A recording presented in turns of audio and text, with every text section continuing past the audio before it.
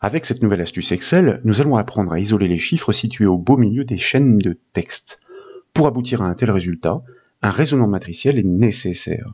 Sans l'appui du code VBA en effet, il est le seul capable de parcourir chaque caractère d'une cellule pour l'étudier. Dans l'exemple finalisé illustré à l'écran, des codes alphanumériques sont inscrits en première colonne du tableau. En deuxième colonne, la position du premier chiffre est décelée pour chacune des cellules. En troisième colonne, le décompte des lettres est effectué. Enfin, en quatrième colonne, une formule matricielle consolide les deux précédentes étapes pour extraire les nombres des chaînes de texte. C'est donc une seule formule à répliquer qui permet d'atteindre le résultat. Mais pour la bonne compréhension du mécanisme, nous proposons de découper la solution en 3 étapes. Un classeur offrant ce tableau avec des codes alphanumériques existe et nous proposons tout d'abord de les récupérer. Et comme toujours, ce classeur est offert au téléchargement depuis le site bombache.fr. Nous retrouvons bien le tableau aux 4 colonnes. La première renferme effectivement des codes alphanumériques, tandis que les 3 suivantes sont naturellement vides à ce stade. Nous devons commencer par déceler la position de la première donnée numérique dans la chaîne de texte. Pour cela, nous allons exploiter la fonction équive. Son objectif est de reconnaître tout ce qui n'est pas un chiffre pour poursuivre la recherche sur les caractères suivants. Et dans ce raisonnement matriciel, nous allons l'employer à contre-courant. Tout ce qui ne peut pas être multiplié génère une erreur. Nous allons donc lui demander, caractère à caractère, de déceler le premier qui, justement, n'aboutit pas à une anomalie. Je vous propose donc de sélectionner la case de la première position à trouver en cliquant directement sur la cellule D4. Ensuite, nous tapons naturellement le symbole égal pour initier la syntaxe de la formule matricielle et comme nous l'annoncions, nous inscrivons notre fonction de recherche suivie d'une parenthèse, soit équive. Puis, en guise de valeur cherchée, nous allons lui passer le chiffre 0. Ce chiffre fait office de valeur booléenne. Grâce à lui, nous allons pouvoir trouver tout ce qui ne génère pas une erreur. Et pour cela, nous allons engager une matrice de recherche sur les caractères dans la fonction est-erreur.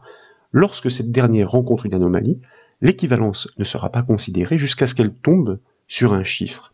Donc, nous pouvons taper un point-virgule pour passer dans l'argument du tableau de recherche. Et là, nous allons inscrire notre fonction de test d'anomalie, là aussi comme nous l'annoncions, est-erreur, suivie d'une parenthèse ouvrante. Désormais, pour analyser chaque caractère tour à tour dans ce raisonnement matriciel, nous devons engager une fonction de découpe, et c'est la fonction Excel stxt qui permet de prélever un bout de chaîne sur une longueur à déterminer, un caractère dans notre cas. Donc, nous appelons cette fonction par son nom stxt suivi d'une parenthèse ouvrante, et là nous allons désigner le premier code alphanumérique par ses coordonnées à défaut de pouvoir l'atteindre au simple clic, donc la cellule C4, suite à quoi nous tapons un point-virgule pour passer dans l'argument de la position de départ. Dans ce raisonnement récursif, cette position doit être incrémentée à chaque passage pour que chaque caractère soit analysé indépendamment. Et pour cela, nous allons passer à la fonction ligne, une matrice virtuelle de même longueur que le nombre de caractères contenus dans le code. C'est la raison pour laquelle nous inscrivons cette fonction ligne premièrement, suivie naturellement d'une parenthèse ouvrante. La matrice à lui passer doit être construite de toutes pièces. En conséquence, elle doit être interprétée pour faire référence à des positions. C'est la raison pour laquelle nous inscrivons notre fonction d'interprétation indirecte suivie d'une parenthèse ouvrante et nous allons saisir, entre guillemets, le chiffre 1 suivi du symbole de point pour initier, comme vous le savez, la borne de départ de la matrice, à partir donc de la première ligne, soit à partir du premier caractère, toujours dans ce raisonnement matriciel. Cette borne doit être assemblée avec la borne de fin, qui, elle, est variable. Elle dépend du nombre de caractères contenus dans la chaîne analysée. C'est la raison pour laquelle nous inscrivons notre caractère de concaténation avec la touche 1 en haut à gauche du clavier. Puis, nous allons appeler notre fonction permettant de compter les caractères. Comme vous le savez, elle se nomme nbcar, suivie d'une parenthèse ouvrante. Et de nouveau, nous allons désigner le code alphanumérique, puisque c'est lui qui est étudié, donc par ses coordonnées, cellule C4. Et nous pouvons fermer la parenthèse de notre fonction nbcar, puis nous pouvons fermer la parenthèse de la fonction indirecte, et dans l'enchaînement, nous allons fermer la parenthèse de la fonction ligne. De fait, et comme vous pouvez le constater, nous sommes de retour dans les bornes de la fonction stxt. Nous avons indiqué quel était le texte à découper, mais aussi à partir de quelle position variable la découpe devait débuter. Il nous reste à définir le nombre de caractères à prélever. Donc, nous tapons un point-virgule, comme nous l'annoncions, suivi du chiffre 1 pour prélever un caractère tour à tour, et dès lors, nous pouvons fermer la parenthèse de notre fonction stxt. Et nous sommes de retour, comme vous pouvez le voir dans les bornes de la fonction est-erreur. C'est là que nous devons tenter la multiplication. S'il s'agit d'une lettre, la fonction est-erreur réagira et ne répondra pas favorablement à la recherche exercée par la fonction équive. Donc, nous allons multiplier le caractère isolé par 1 pour forcer la conversion en quelque sorte, puis nous pouvons fermer la parenthèse de la fonction est-erreur.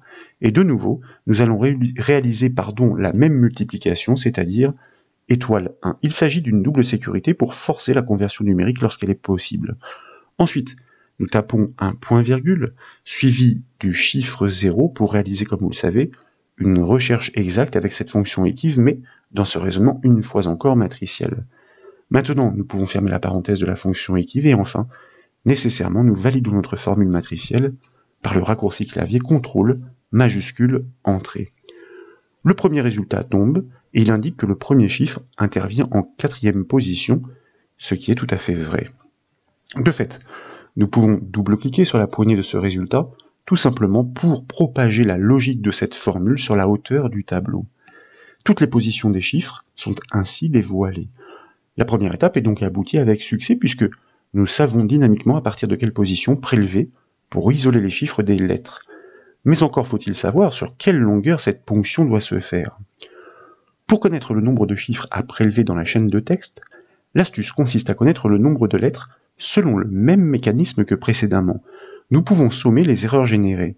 La différence entre le nombre total de caractères et ce score fournira la quantité de chiffres, soit la longueur de découpe pour les isoler. Donc, je vous propose, dans la précédente syntaxe encore activée, de prélever la portion sur le test des erreurs. Donc, à partir de la fonction est-erreur, nous passons le point d'insertion juste avant la fonction et nous allons prélever jusqu'à sa parenthèse fermante en cliquant avec la touche Maj maintenue enfoncée. Nous copions avec le raccourci clavier CTRL-C et nous pouvons sortir proprement de cette barre de formule avec la touche Échappe du clavier. Dès lors, nous pouvons cliquer sur la cellule voisine E4 pour la sélectionner, taper le symbole égal pour initier la formule matricielle. Ensuite, nous avons besoin de notre fonction d'addition, nous l'avons expliqué, somme suivie d'une parenthèse ouvrante, pour pouvoir coller notre précédent calcul, celui du test des erreurs sur la recherche des nombres.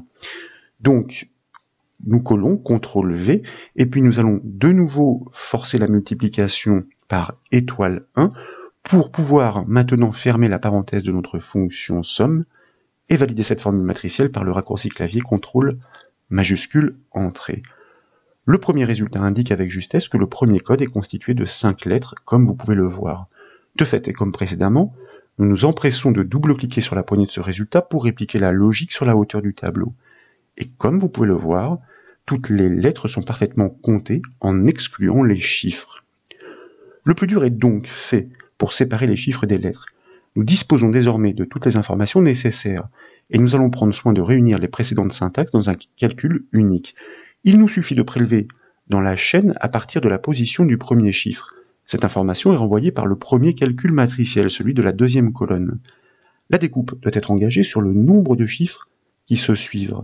Ce nombre peut être obtenu en réalisant la différence entre le nombre total de caractères du code alphanumérique et le nombre total de lettres. Cette quantité est livrée par le deuxième calcul matriciel en troisième colonne de ce tableau.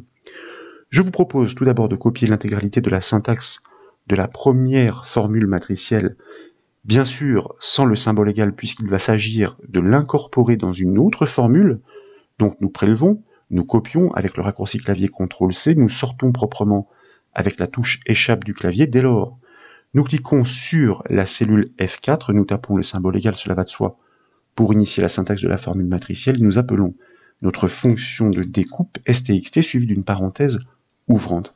Et nous allons désigner le premier code alphanumérique, puisque c'est à partir de ce code que nous souhaitons prélever la partie numérique, c'est-à-dire seulement les chiffres indépendamment des lettres. Ensuite, nous tapons un point-virgule pour passer dans l'argument de la position de départ. C'est là, justement, qu'intervient la syntaxe que nous avons copiée, donc nous la collons par le raccourci clavier CTRL-V. Et puis, nous allons prélever et copier maintenant la syntaxe de la fonction est-erreur que nous allons repositionner dans la fonction somme pour pouvoir faire cette différence qui va conduire, comme vous le savez, au nombre de chiffres, c'est-à-dire à la longueur de découpe. Je vous propose donc, dans le calcul qui est en place, de prélever simplement la syntaxe de cette fonction est-erreur jusqu'à sa parenthèse fermante. Nous la copions, CTRL-C, et nous replaçons le point d'insertion à la toute fin de la syntaxe en cours, c'est-à-dire après la dernière parenthèse fermante. Là, nous tapons un point-virgule pour passer dans l'argument de la longueur à prélever, comme vous le constatez ici. Et dès lors, donc, nous allons utiliser la fonction pour compter les caractères, nbchar, puisque je vous rappelle qu'il s'agit de faire la différence entre le nombre total de caractères et le nombre de lettres qui a été retourné par le précédent calcul, nbchar, que nous appliquons nécessairement sur notre code alphanumérique, c'est-à-dire la cellule C4, nous fermons la parenthèse de notre fonction nbchar. Pour obtenir le nombre de chiffres renseignant sur la longueur de prélèvement, une fois encore, nous devons lui soustraire le nombre de lettres. Donc, nous tapons le symbole moins, nous enclenchons la fonction d'addition, comme vous le savez, somme, suivie d'une parenthèse ouvrante qui doit accueillir, héberger notre syntaxe précédemment copiée, nous la collons par le raccourci clavier CTRL-V, nous forçons une fois encore la conversion par la multiplication par 1, nous fermons la parenthèse de notre fonction somme, nous fermons la parenthèse de notre fonction stxt et nous validons notre formule matricielle par le raccourci clavier CTRL majuscule entrée. Le premier résultat extrait parfaitement le nombre du texte, comme vous pouvez l'apprécier, c'est bien le 153, le nombre 153, qui est isolé et qui appartenait bien à cette chaîne alphanumérique. Qu'en est-il pour les autres? Nous double-cliquons sur la poignée de ce résultat, et bien pour constater que nous avons réussi à isoler tous les nombres contenus dans les cellules de texte, et ce, avec une seule formule, bien que nous ayons pris le soin de la décomposer en plusieurs étapes. Et la syntaxe de notre formule matricielle, certes, relativement complexe, mais finalement qui récupère des bouts de syntaxe qui sont répliqués d'une étape à une autre, et bien permet de livrer ce résultat relativement magique. J'espère donc que cette nouvelle astuce Excel vous a plu. Si c'est le cas, comme toujours, je compte sur vous pour mettre un petit j'aime à la vidéo, et comme vous le savez, vous pouvez retrouver toutes les astuces, mais aussi toutes les formations, sur le site bombache.fr. Je vous remercie.